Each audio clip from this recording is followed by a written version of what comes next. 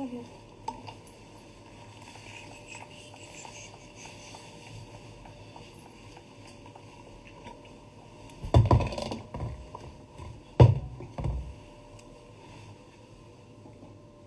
Listo, ladrillos.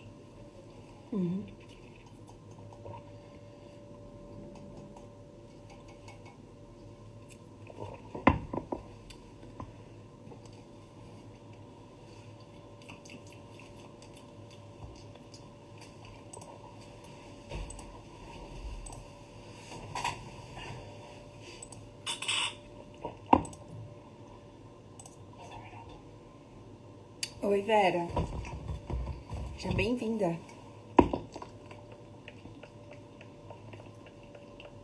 Até que enfim deu certo, né, Vera? Geralmente você entrava depois. Vou esperar um pouquinho.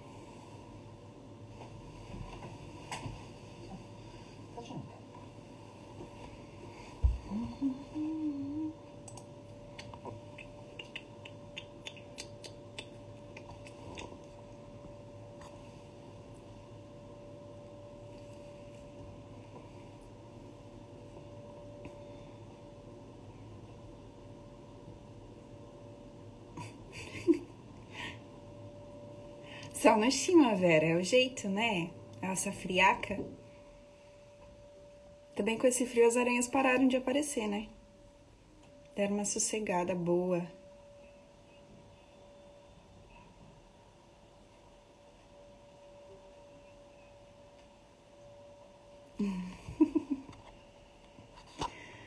Bienvenido a Santiago.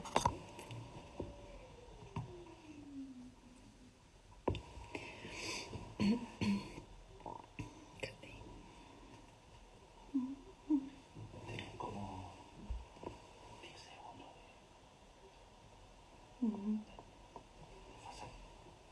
Sim.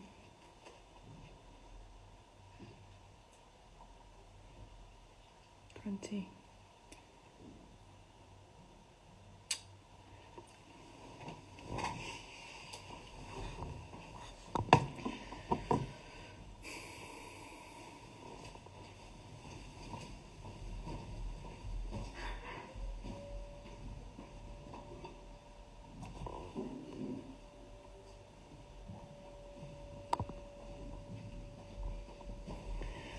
Vera? Tá me escutando bem, Vera?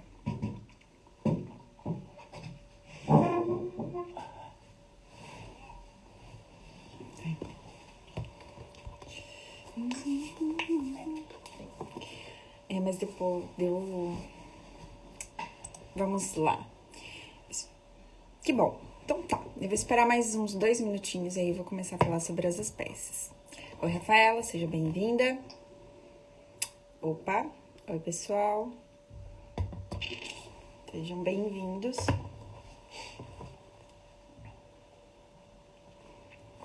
Rafaela, de onde você é?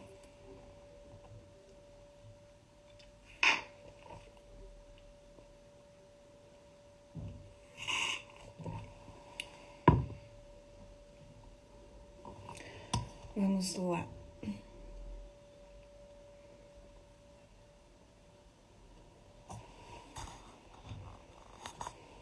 Vamos começando. Hoje a gente vai falar de espécies construtivas. Mas lembrando que a gente tem até o momento... Boa noite. A gente tem até o momento em torno de 1.600 espécies catalogadas. Sul da Bahia. Rafaela, como é que tá o clima por aí? Aqui deu... A gente tá em Foz, deu uma esfriada boa aqui. Oi, Nivaldo. Nivaldo, você tá afim de entrar? Assim, já que você tá por aí, tá online, é um tema que você domina. Tá afim de fazer comigo essa live pra gente falar sobre as espécies? Eu ia ficar bem feliz, viu? Você sabe que eu já tava te tenteando aí durante a semana. Já queria a tua participação já nesse tema mesmo. Se você tiver afim, eu tô afim. Vamos lá. Pois é, Nivaldo, você tá no Rio Grande do Sul, né? Aí diz que tá vindo um tornado, né? Oi, Alan. Tava sentindo tua falta. Pensei, como assim o Alan não apareceu hoje? aqui... Hoje eu tava conversando com a Márcia. E parece que deu uma esfriada por aí também, né? Diz que teve umas árvores caindo. Ah, você tá trabalhando, Nivaldo? Tudo bem. Tudo certo, Nivaldo. Fica pra próxima. Quando você estiver meio disponível, assim, pra participar, quero fazer uma live contigo de novo, tá? Então, gente, eu tava falando, passou o tornado, tudo ok agora. Que bom, que bom. Eu vi alguns vídeos hoje, parece que foi forte a coisa. Mas que bom que já passou. Então, que eu tava falando, a gente tem em torno de 1.600 espécies catalogadas no mundo até o momento. Esse número já aumentou, inclusive. Mas dentro dessas 1.600 espécies, a gente tem os bambus que são herbáceos e os lenhosos, né? Eles se subdividem em dois grandes grupos. Os herbáceos, eles não servem para construção. Hoje em São José dos Ausentes, a sensação térmica foi de 33 negativo, é isso? É muito frio.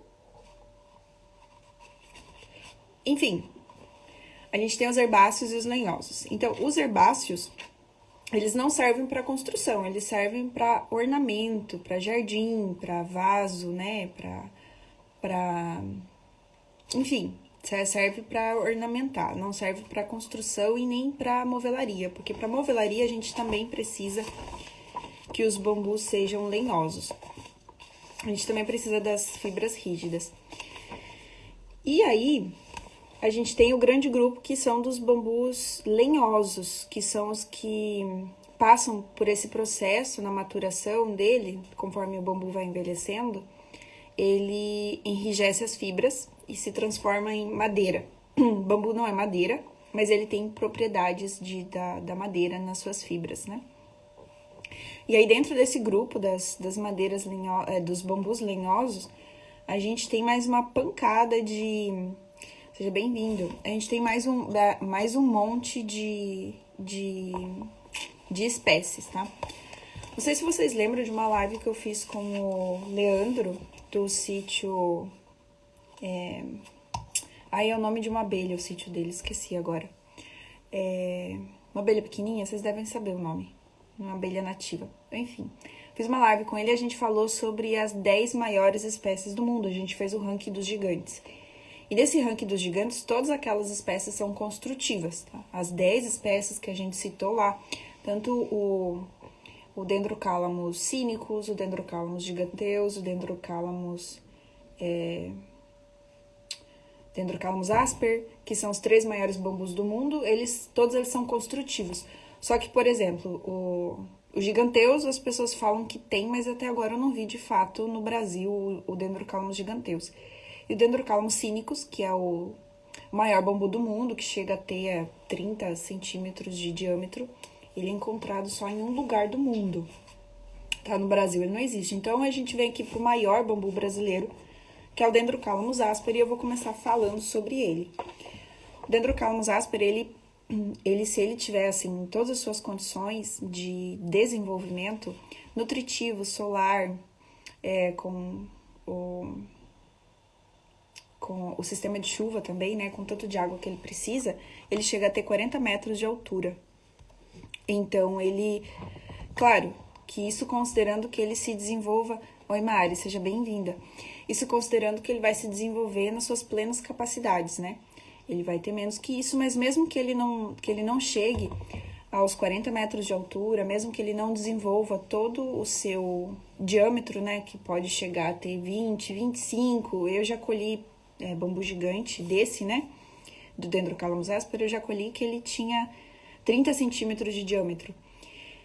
Não tinha os 40 metros de altura, ele não estava nas suas condições ideais, mas ainda assim, mesmo que ele não esteja nas suas condições ideais, ele é um bambu maravilhoso. Ele é um bambu sensacional, só tem que saber projetar com ele. O desafio de projetar com o Dendrocalamus asper é que ele é muito cônico, então conforme vai indo para a ponta da vara, ele afunila muito. Então, por exemplo, a gente tem a norma brasileira que fala que existe aí um limite de conicidade de 1%, que precisa ser respeitado. Então, aí acaba sendo um desafio você usar varas muito longas de Dendrocalamus asper, porque ele acaba funilando muito. Mas assim, para quem é criativo, para quem domina a técnica de construção com bambu, isso não vai ser um problema. Muito pelo contrário, a gente consegue fazer obras maravilhosas usando o que seria uma dificuldade, acaba usando isso como um ponto forte da obra. Aí aqui eu tô mostrando algumas fotos para vocês de como esse bambu tá aí no mato, né? Então, ele é um bambu entolcerante, tá?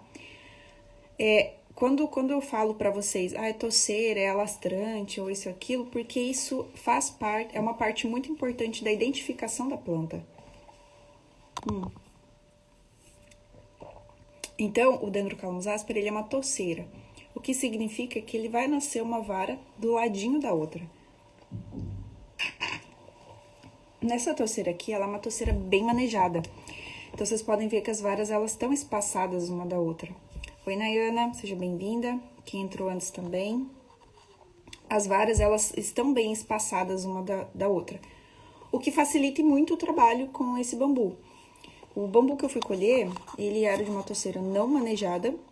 Então, as varas estavam congestionadas e o grau de dificuldade de colheita, nesse caso, é imenso. Essa aqui é uma foto de como identificar ele maduro, por exemplo, né? A presença de líquens fica bem evidente e, enfim, é um bambu maravilhoso. Falamos do Dendrocalamus asper. Seguindo o Dendrocalamus asper, aqui nessa região que pega Paraguai, Argentina, Brasil, essa tríplice fronteira, a gente tem um bambu endêmico, que é daqui, que é característico nosso, que é o Guadua chacoensis. Ele também tá lá no ranking dos gigantes, tá? Quem entrou, eu vou pedir pra reagir, pra comentar alguma coisa, só pra ver se o Instagram ajuda a gente avisando mais pessoas, tá bom? E se vocês tiverem dúvida também, já vão me falando, já vão me mandando, que é pra não... Porque, assim, eu tô aqui, eu não sei se vocês estão entendendo. Então, vocês me falem, me perguntem, que eu já vou respondendo, tá? Esse bambu, o Guadua chacoensis, ele tem um irmão gêmeo, que é o Guadua angustifolia, que é um dos bambus mais estudados no mundo. O Guadua angustifolia é o bambu mais usado na Colômbia. A Colômbia tem toda uma normativa técnica baseada em cima dessa espécie, tá bom? Eles trabalham especificamente com essa espécie. Então, a gente tem o Equador, tem a Bolívia, e tem a Colômbia, e tem outros países também dessa região da Latinoamérica, que usam, assim, com maestria, o Guadua angustifolia, que é um bambu sensacional, com as paredes bem espessas, é um bambu muito rígido, mas aqui nós temos o irmão gêmeo dele, que é o Guadua chacoensis, que é esse daqui. E é bem difícil identificar, assim, diferenciar um do outro. Coloquei essa foto aqui porque uma das coisas que mais diferenciam o Guadua chacoensis do angustifolia é a coloração da bainha, tá bom? Que eu costumo chamar de fraldinha. Quem me acompanha aqui há mais tempo sabe que eu costumo chamar essas folhas caulinares, né? Que são essas folhas que nascem grudadas no colmo, na vara.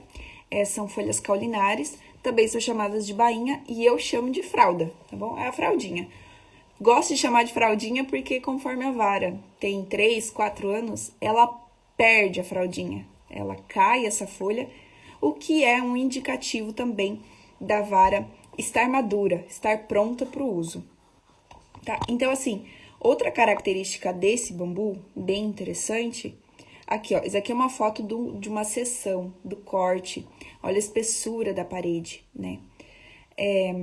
É muito rígido, é grossa, é muito resistente. A distância dos entrenós também é menor, então ele acaba tendo uma capacidade maior, a compressão, a ser apertado, a suportar o peso vindo de cima. Mas assim, o meu pai chama esse bambu de vai, espera um pouco, por causa dos espinhos. A gente uma vez entrou numa mata numa floresta de guádua chacoenses e entrou com muita fome, entrou com muita vontade. E eu, que sou um pouquinho mais medrosa, fui mais devagar. O meu pai, que é todo valente, foi com tudo e já ficou também. Porque esses espinhos, que são galhos não desenvolvidos, folhas não desenvolvidas, quem estuda biologia vai saber explicar melhor.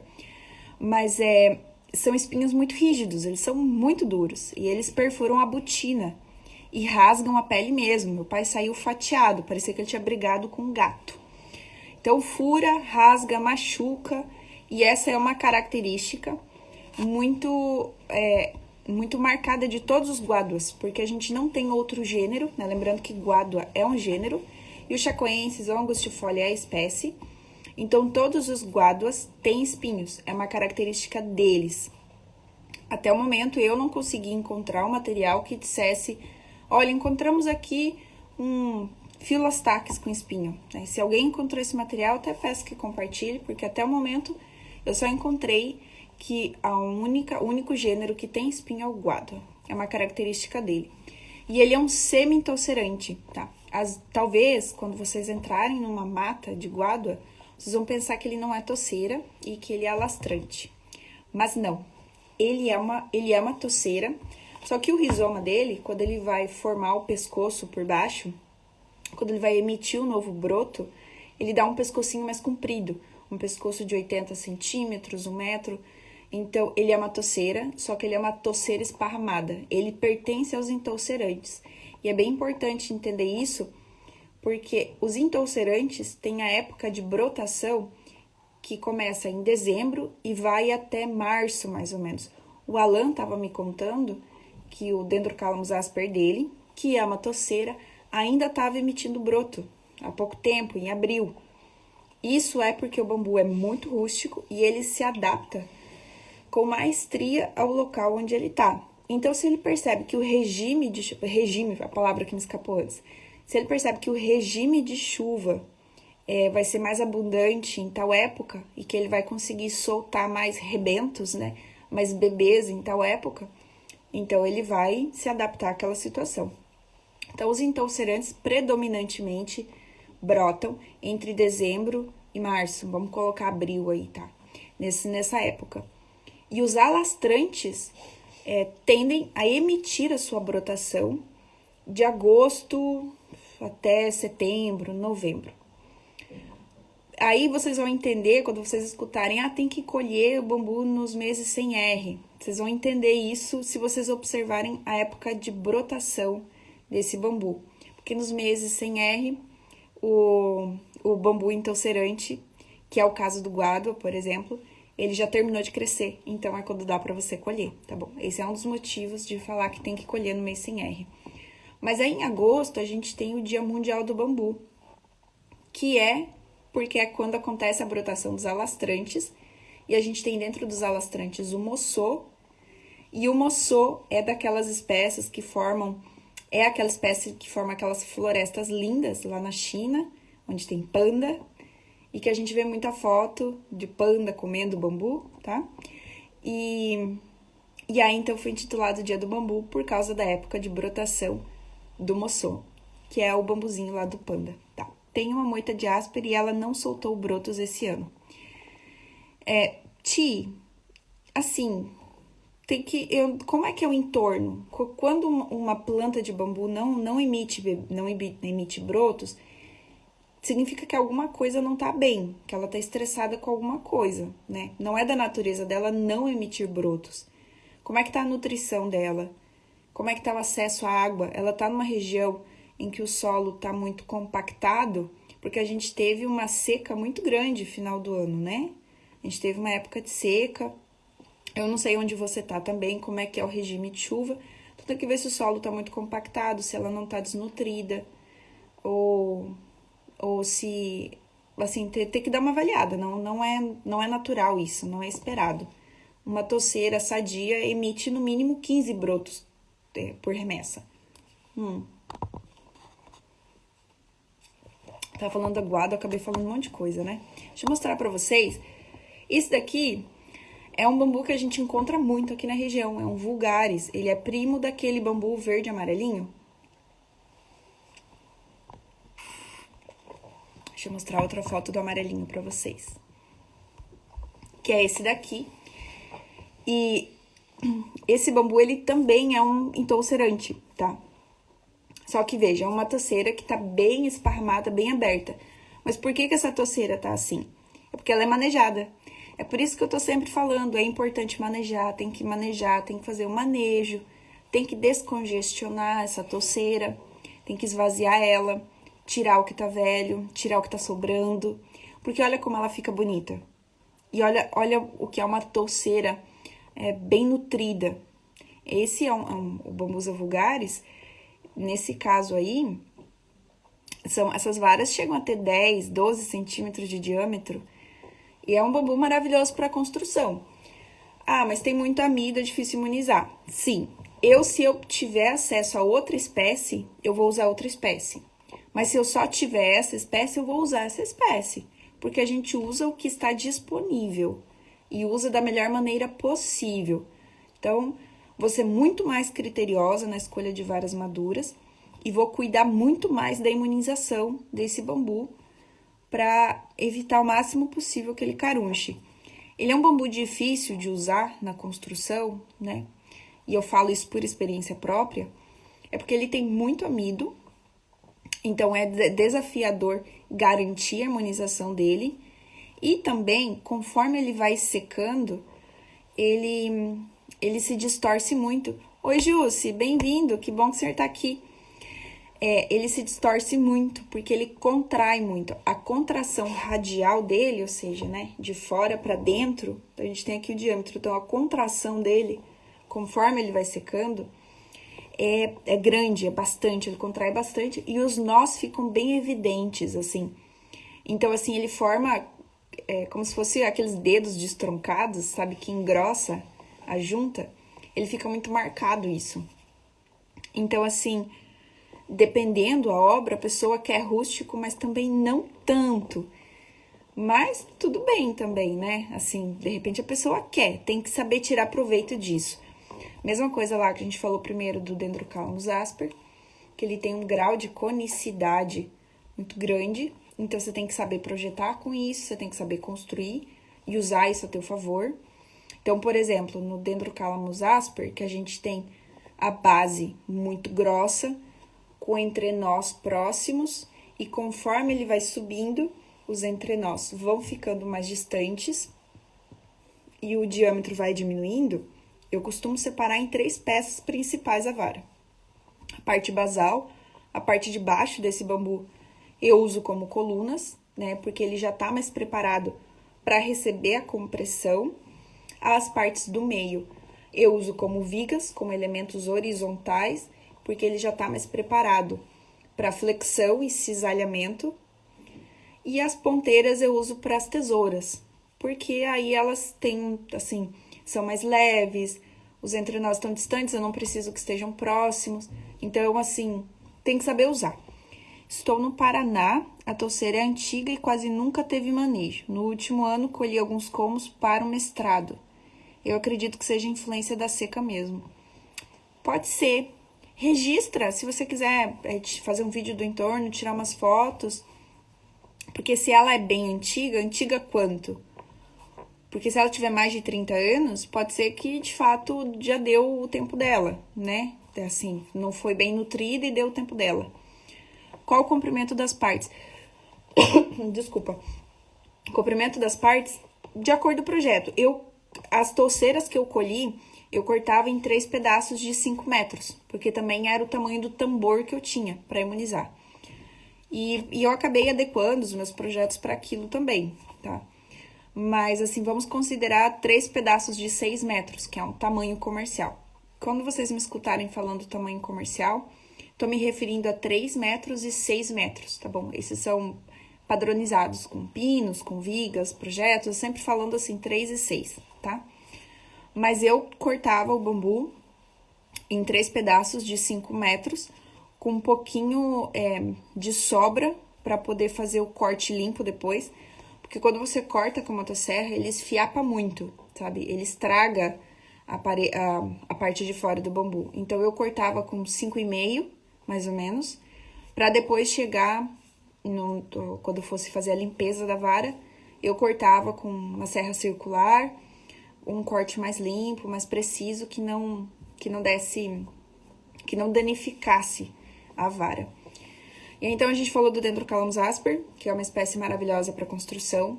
Temos o guádua, que como o guádua chacoensis, mas vamos colocar junto o angustifolia, eu considero eles irmãos gêmeos. A diferença é que um é colombiano e o outro é, sei lá, o que eu vou dizer? Ele é um tríplice fronteira, porque ele tá por aqui tudo. E como ele é um semi-tosserante e ele dá uma vara mais longe da outra, isso também permite que ele seja mais uniforme, ele tenha menos conicidade. Então, Bolívia, Equador, Colômbia, que tem as suas normas técnicas, e em cima desse bambu, eles são muito rígidos, são muito conservadores em relação à conicidade, mas é por causa da espécie que eles têm. Graças aos céus, a norma técnica que nós temos aqui, quem escreveu, quem preparou ela, considerou mais espécies na elaboração, né? Então, a norma, ela ainda tá, aqui ela tá um pouco mais aberta, mais flexível, justamente considerando essa diversidade de espécies que a gente tem aqui para trabalhar. Então, o segundo foi guádua. O terceiro, nós temos o Bambusa vulgaris. E dentro do Bambusa vulgaris, nós temos esse, que é o Vittata, também popularmente chamado de brasileirinho, bambu imperial. Ele não é endêmico daqui, ele foi introduzido. Reza a lenda, né? Me contaram que foi um dos imperadores aí que trouxe uma muda desse bambu, porque achava muito bonito, e se adaptou super bem e ficou aí. Uma pergunta que sempre me fazem sobre esse bambu é como é que eu faço para manter a coloração dele verde e amarelo, porque é lindo, né? Vocês têm algum palpite de como faz para manter essa cor? E aí, dentro do próprio Bambusa vulgaris, ele tem, no mínimo, 3 variações. Tem várias, né? Tem várias. Mas ele tem o verde amarelo, ele tem o verde com verde, e ele tem o verde puro também, que não tem variação nenhuma. Deixa eu ver aqui se eu tenho mais uma foto dele. Esse daqui é ele. Ah, tem aqui uma com verde e amarelo. Aqui todo mundo quer manter a cor. Esse daqui é o verde e amarelo. Ele tá, assim, como uma tosseira bem nutrida, bem manejada, ele dá varas, assim, no seu melhor ponto.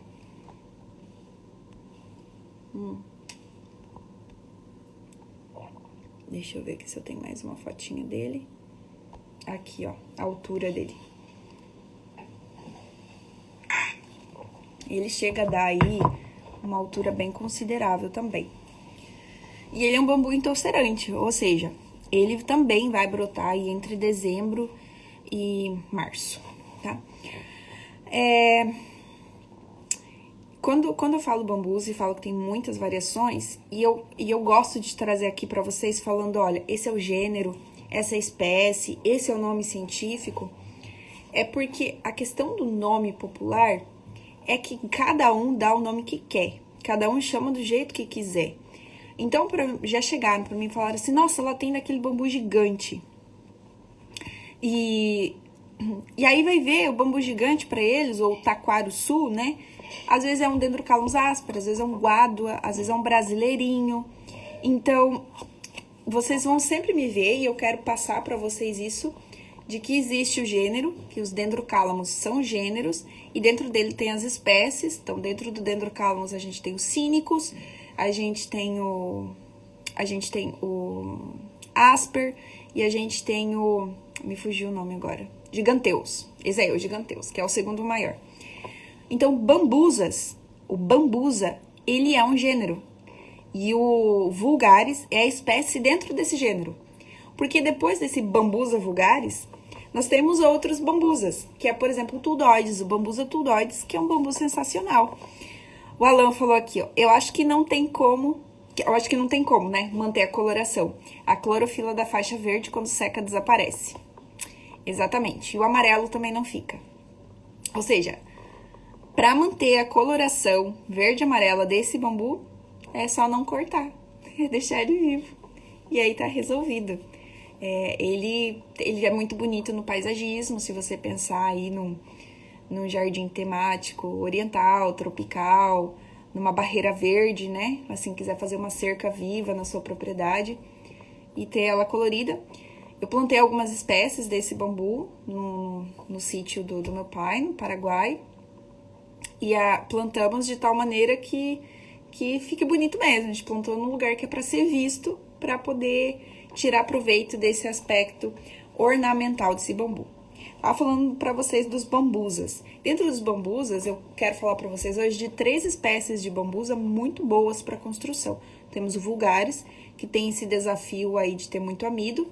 Temos o bambusa tuldoides, que tem muito, nossa senhora, que aqui nessa região, então, nessa tríplice fronteira, Paraná, nessa região, tem muito bambusa tuldoides, mas assim, ó, tem pra dar com pau. Tem muito bambusa tuldoides e também tem o bambusa odami. O bambusa tuldoides, ele é um bambu, eu gosto muito, assim, eu uso ele com frequência, tá? Aqui, ó, os brotinhos dele, ele é uma toceira, ele é bem fechado, essa aqui é uma planta que não teve manutenção. Deixa eu ver se tem outra foto aqui. Eu tinha separado uma foto, acho que não ficou por aqui. Aqui. Essa é a toceira, fechadíssima. Inclusive, terminando aqui, eu vou colocar pra vocês aqui um vídeo de manejo. Então, deixa eu anotar aqui pra não esquecer, que eu vou colocar pra vocês o vídeo de uma toceira de tuldoides, que a gente começou a manejar ela. Para fazer o formato ferradura. Isso é uma das coisas que eu falo lá dentro do curso de como fazer o manejo de touceira. O semi-toucerante, o toucerante, entoucerante e o alastrante, cada um tem um método de manejo. Eu vou mostrar para vocês hoje um pouquinho do manejo de toucerante. O tuldoides, ele é um bambu muito rígido, muito bom de trabalhar, tá bom? Ele é um pouquinho torto, mas ele não contrai tanto quando seca. Quer dizer, contrai um pouco, todo bambu contrai aí uns 10%. Mas ele é muito bom de construir com ele, já fiz muita coisa. E ele resistiu bem, assim. Tem que imunizar, claro. Alan, eu não entendo porque pouco se fala dele, mas eu também acho um bambu muito bom. Paredes grossas, tamanho banho. O tuldoides, sim, o tuldoides é muito bom e tem muito. E quando a gente fala de bioconstrução, de sustentabilidade, a gente fala de construir e usar o que está disponível, o que tem muito, o que está acessível. E a gente tem muito tuldoides, a gente tem muito bambusa tuldoides que não está sendo manejado, que não está sendo usado.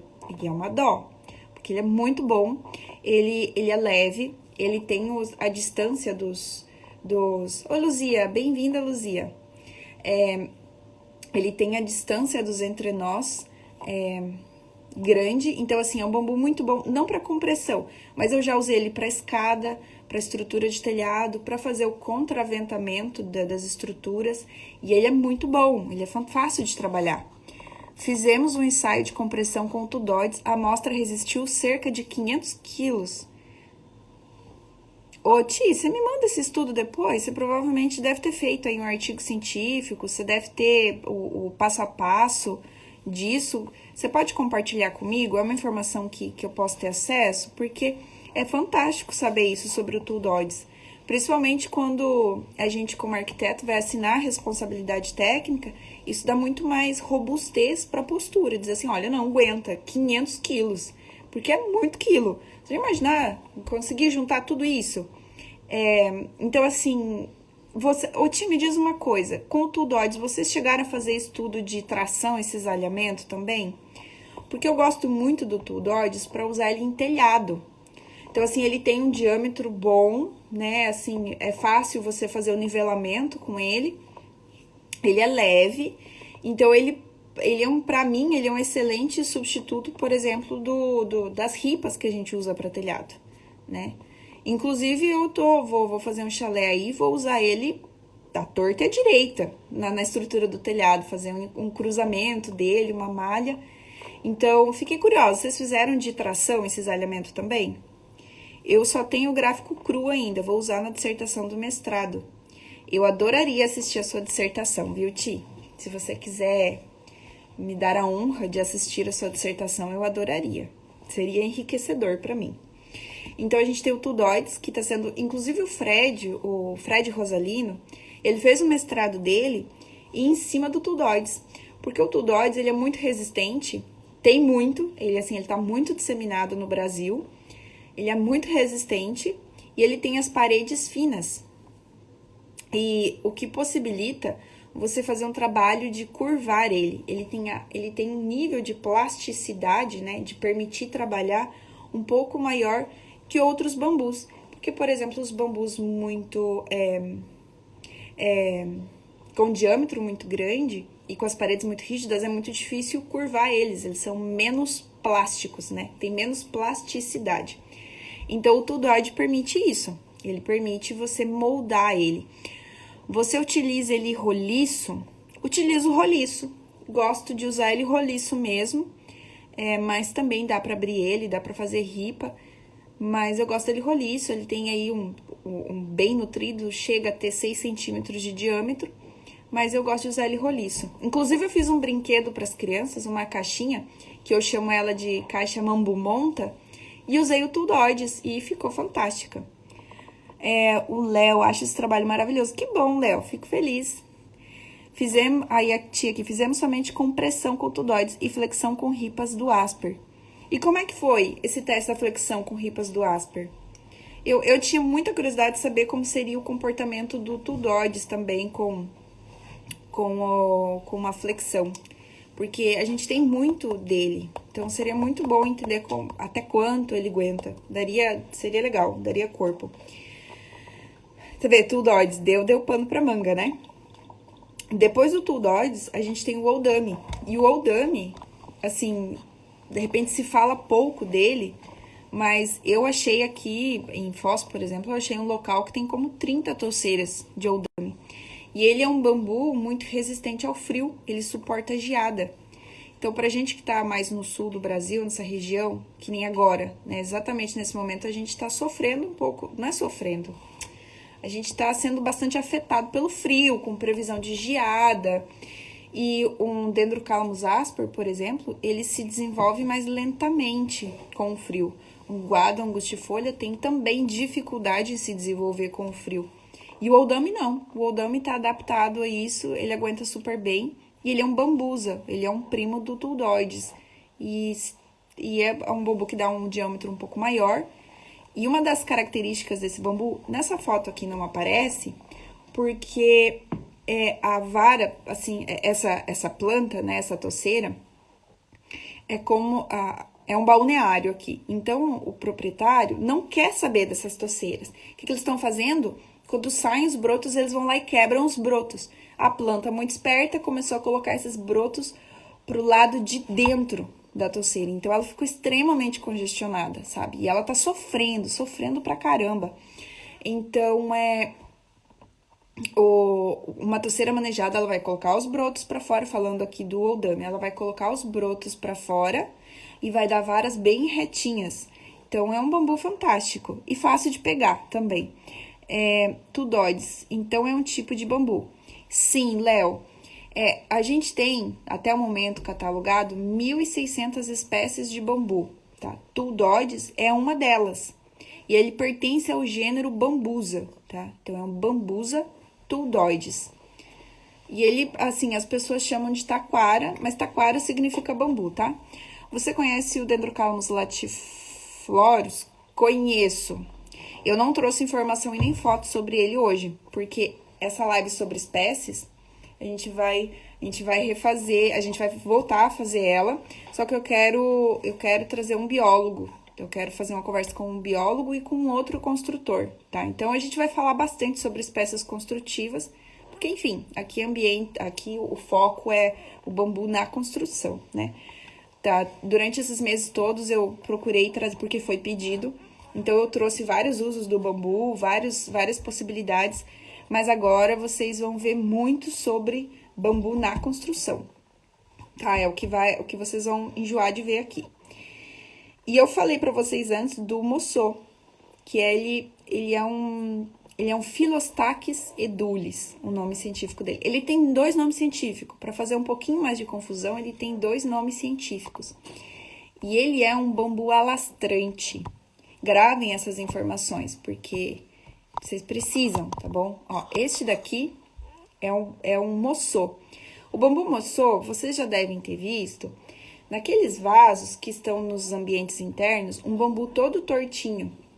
Assim, Aí vocês pensam, tá, mas aquilo ali é um bambu construtivo?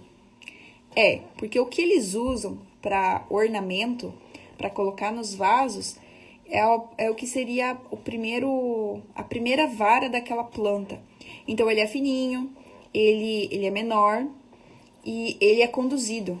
Se vocês derem uma pesquisada no Google, numa lavoura, numa roça, né, num plantio de bambu moçô para decoração, para ornamentação, vocês vão ver que é um monte de cordinha puxando esse bambu. Conforme ele vai crescendo, eles vão amarrando e entortando.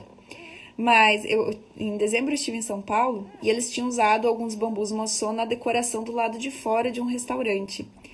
E eu acho que eles não tinham visto ainda, mas o bambu moçô ali, ele estava lançando broto. Já tinha um monte de broto grosso saindo. E o bambu alastrante, ele não dá uma vara perto da outra. Ele dá, assim, 1 metro, 1,20 m. Então, estão vendo esses dentinhos aqui? Esses rabinhos? Esse rabinho, ele vai por baixo da terra e vai longe. Então, uma planta se transforma em vários hectares.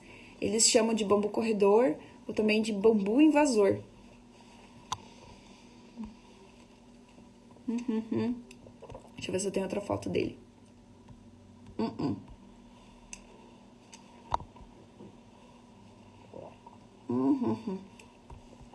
Aqui, achei.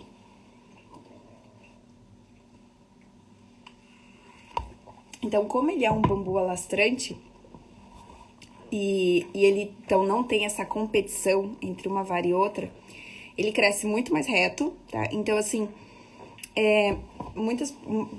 a gente tem já um comércio de bambu moçô mais estruturado no Brasil. Eu vejo que eu encontrei com facilidade para comprar varas cortadas e colhidas foi do bambu moçô e do bambu Filostaques aurea, que é o cana da Índia. São 2 filostaques que são alastrantes. Então, assim, falando de plantio comercial e de facilidade de trabalho, os do gênero Filostaques, que são alastrantes, vai ser mais fácil você colher eles. É muito mais fácil porque eles... Oi, Fred, seja bem-vindo. Te citei aqui agora há pouquinho. Fred, inclusive, né, a gente falou de fazer uma live, a gente tem que organizar isso. O professor Fred é meu mestre, né? Assim, eu sou cria dele. E 6 a 10 metros de distância. Desculpa, eu descontexto. Ah, sim, tá, entendi. Do alastrante você tá falando, né? Ele vai longe. Então, o bambu, as espécies pertencentes ao gênero Filostaques, que é um gênero alastrante, você vai ter uma facilidade acentuada na colheita, porque uma vara tá distante da outra e ele não tem espinho. Então, assim, é mais fácil trabalhar, mas é mais difícil conter. A foto que eu mostrei pra vocês antes é um bambu moçô se rebelando. Assim, ele não tá nem aí que você queira conter ele. Então, um dos métodos de contenção desse bambu, para ele não ir parar na roça do teu vizinho e você se arrumar uma intriga, é fazer uma valeta ao entorno do plantio e uma vez por ano você passar aí cortando essas raízes, para que ele não se alastre. Com quem foi que eu não lembro com quem eu tive a live, eu acho que foi com o Bruno Salles. Foi com o Bruno Salles que ele tinha um outro método de manejo também. Se eu não me engano, era fazer como se fosse um muro, né? Um pequeno muro de uns 50 centímetros de altura, porque aí também esse bambu não subia e não descia, ele ficava ali nessa faixa, né? Não vai nem muito para baixo nem muito para cima. Achei interessante. E aí, por último, das espécies que eu tô trazendo hoje, porque a gente tem muita espécie para falar. Lembrando, eu quero enfatizar isso. Não existe melhor ou pior espécie, tá? Não existe assim, essa é a melhor espécie de bambu, essa é a pior espécie de bambu. Não. Depende do uso, depende para quê, depende para onde, depende por quê. E depende do que você tem. Se você tem um Bambusa vulgaris, então o Bambusa vulgaris vai ser o melhor bambu para você. Pronto. Se eu puder escolher entre o vulgaris e o moçô, eu vou escolher o moçô. Se eu não puder escolher, eu vou ficar muito feliz de ter o vulgaris, entendeu? E também lembrando que o bambu, ele tem, sei lá, mais de 10 mil usos. Serve para uma montoeira de coisa. Então, o que eu tô trazendo para vocês hoje são bambus. Hoje vou trazer também mais vezes, já podem avisar aí o pessoal, convidem, tá bom? Porque a presença de vocês, a interação de vocês é o meu pagamento, é o que me move. Assim, as perguntas que vocês me fazem, o interesse que vocês colocam aqui, é o que me motiva para continuar trazendo e buscar e trazer mais informação. Então, nos próximos momentos, nas próximas lives, eu vou trazer mais do bambu na arquitetura. Logo, espécies mais recomendadas, mais indicadas para a arquitetura. E não vai ser só pela sua capacidade físico-mecânica para isso, mas sim também por disponibilidade. Então, essas espécies que eu trouxe para vocês hoje são as que eu observei que existem com predominância. Então, assim, se você tem aí na sua região algum outro bambu com bastante surgimento, né, que tem bastante aí, me manda foto e me diz a região que aí a gente compartilha aqui. O que eu tô trazendo é o que eu vi aqui na minha região, que então é um espaço pequeno, né? É um espaço de observação pequeno. Mas aí, por último, vou falar para vocês do Filostaques, o Filostaques áurea, popular cana da Índia. Esse bambu, ele é muito usado. Obrigada, Léo, que bom que você gostou. O Filostaques áurea, também chamado de cana da Índia, é o bambu que vocês terão maior facilidade de comprar. Vocês podem ir no Mercado Livre, eu posso passar vários contatos para vocês, e é um bambu muito usado para forro, para movelaria, e ele tem muito, porque ele é um alastrante. Ele é um alastrante de pequeno porte. Quando eu digo pequeno porte, você tá falando de um bambu que tem um diâmetro no máximo de 5 centímetros e uma altura máxima de 12 metros. Dá para enquadrar ainda como pequeno porte. Então, o manejo dele, lidar com ele, você consegue fazer sozinho. Não representa risco para você. Você não precisa de maquinários muito sofisticados. Então, uma serra, um facão... Não usa facão para colher bambu, mas se é o que você tem, então usa. Então, assim, você não precisa de grandes maquinários para colher um bambu de pequeno porte. Por isso, você também tem muito cana da Índia. E eles fazem a imunização por cozimento, que teoricamente romperia o amido ali dentro, quebra o amido, e então não é mais interessante para o caruncho. Não vi nenhuma pesquisa. É usado, até agora tá funcionando, mas a gente precisa ver estudos sobre isso. Se a Ti que estava aqui falando que está estudando, se você se confrontou com algum estudo desse, compartilha com a gente também. E aí o Filostaques, aqui, deixa eu mostrar a foto para vocês, o Filostaques áurea. Ele tem os entrenós bem distantes. Então, assim, para usar ele como estrutura, você teria que fazer vários feixes, né? Amarrar várias varas juntas. Mas como o entrenó dele tá muito distante um do outro, eu não sinto muita confiança em usar ele como coluna, por exemplo. Agora, como ripa para telhado, usaria tranquilamente, sem problema algum. Ele tem as paredes finas, e como o entrenó... Por que eu falo para vocês de observar a distância dos entrenós? Porque é o entrenó... Oi, Juliana, da Faculdade para a Vida, é a distância do entrenó que dita a capacidade de compressão desse bambu. Porque o bambu são várias fibras no sentido longitudinal, tá? Ele tá tudo no mesmo sentido. E são os nós que vão juntando essas fibras. Então, se o entrenó tá muito distante, esse bambu, como ele tem todas as fibras assim, ele meio que vai se dobrar, sabe? Ele não vai suportar essa carga. Mas se você puxar, ele aguenta. Mas se você apertar, ele não tem essas outras fibras atravessadas, né? Que tem o nó, que é o que aguenta esse peso, essa compressão.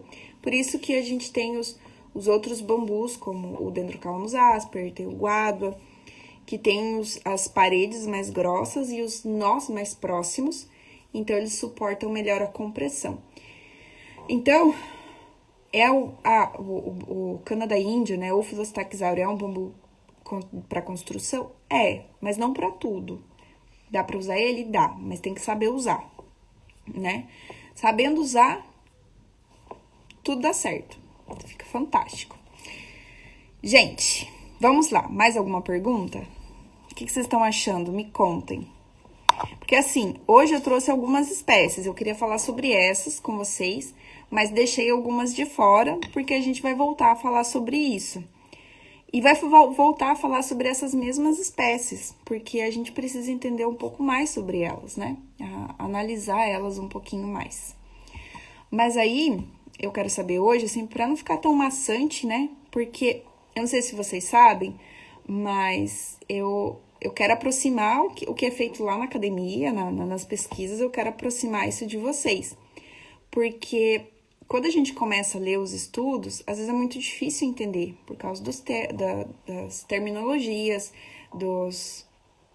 das siglas, dos métodos, da linguagem acadêmica. Isso acaba ficando muito distante da comunidade, né? Dos leigos. Então, a ideia aqui é aproximar o que está sendo feito lá na academia, aproximar da comunidade, dos leigos, para que todo mundo tenha acesso, para que todo mundo aprenda, para que todo mundo tome posse desse conhecimento. Porque não adianta nada todo esse conhecimento lá dentro da academia, né? Não adianta. Serve de quê? Para quem? Então, eu quero que vocês aprendam, e se o que eu tô falando não tá sendo claro, eu vou modificar minha linguagem. Vocês me façam perguntas, que se eu não souber, eu vou atrás da resposta, porque eu quero que vocês aprendam sobre o bambu. Aprendam que existe aí 1.600 espécies, que existe o bambu que dá toceira, o bambu que dá alastrante. Esses dias o Alan, eu não vou esquecer nunca disso. O Alan mandou uma mensagem, falou assim, os cavalos estão cagando aqui na toceira, eu lembrei de você. Porque tava ali nutrindo a planta. Então, é isso, é tomar posse do entorno. Já tem definido as espécies do chalé anis? Já, Alan. Nós vamos usar 3 espécies, tá? A princípio, 2 espécies eu tenho certeza. Uma terceira eu preciso ir visitar o local, porque eu tô desconfiada que seja... Me falaram e eu acho que é. Eu vou usar nas estruturas principais do telhado. Inclusive, eu acho que vamos colocar umas fotos desse chalé amanhã, né? Porque tá bem legal ele, sei lá. Não sei se é porque é filho meu, né? Diz que opinião de mãe não conta. Mas eu tô bem orgulhosinha desse projeto. Então, nas estruturas principais, a gente vai usar o Dendrocalamus asper, tá? Vamos usar umas vigas pilares, assim, uns pilares inclinados bem compridos, que não vão seguir o padrão de 6 metros, provavelmente vão ter uns 8 metros. E para a estrutura do telhado, para o contraventamento e ripas, a gente vai, as terças, né? A gente vai usar o Bambusa tuldoides. Mas me comentaram de um local que um bambu foi plantado um pé, que ele se transformou numa floresta, e a descrição dessa pessoa bate com a possibilidade de ser bambu moçô. Se for o bambu moçô ou Philostachys edulis, aí a gente vai usar isso também. Daí a gente vai fazer isso também. Qual aqui o Jesus? Qual espécie intolerante para climas frios? Então, Jesus, o Dendrocalamus asper, ele até se adapta, mas ele tem dificuldade com a geada. Então, de intolerante, o tuldoide se vira bem, ele é rústico, ele é bem rústico, ele se adapta bem. E tem o Bambusa oldame. O Bambusa oldame é um intolerante que dá aí uma vara de uns 8, 10 centímetros de diâmetro. Ele é um bambu muito bom, bem resistente ao frio. E o moçô também. O moçô, ele é lá de onde tem o panda, onde neva. Então, ele resiste aí a temperaturas negativas bem intensas. Todo conhecimento deve ser compartilhado. Eu também penso assim, tá? Todo conhecimento tem que ser compartilhado. E para que ele seja compartilhado, a gente tem que ter pessoas que queiram, né, receber isso. Não adianta a gente só jogar, tem que ter quem queira receber isso também, né? Pessoal, eu vou encerrando aqui hoje. Agradeço a presença de vocês, a interação. Vocês estavam bem papudos, eu gosto quando vocês estão quando vocês estão conversador. O odami, o odami, o odami, o moçô, o odami é um endulcerante, né? Ah, você pediu, o moçô, ele é um alastrante, desculpa. O moçô, ele é um alastrante, ele se adapta muito bem ao frio, mas ele é alastrante. O odami é um endulcerante e se adapta bem ao frio. Então é isso. Encerramos aqui hoje. Espero vocês quarta-feira que vem. E para quarta-feira que vem, tem 2 possibilidades de tema. Ou a gente volta a falar sobre bambus para construção, ou a gente fala de receitas de bambu. Mas a tendência é que agora a gente veja muito tema aqui de bambu na arquitetura, na construção. Então, esperem por isso. E se quiser, já podem ir me mandando as perguntas, que aí eu já vou preparando o roteiro da próxima live. Certo, gente? Obrigada pela interação de hoje. Desejo uma boa noite para vocês. Um beijo verde e nos vemos quarta-feira.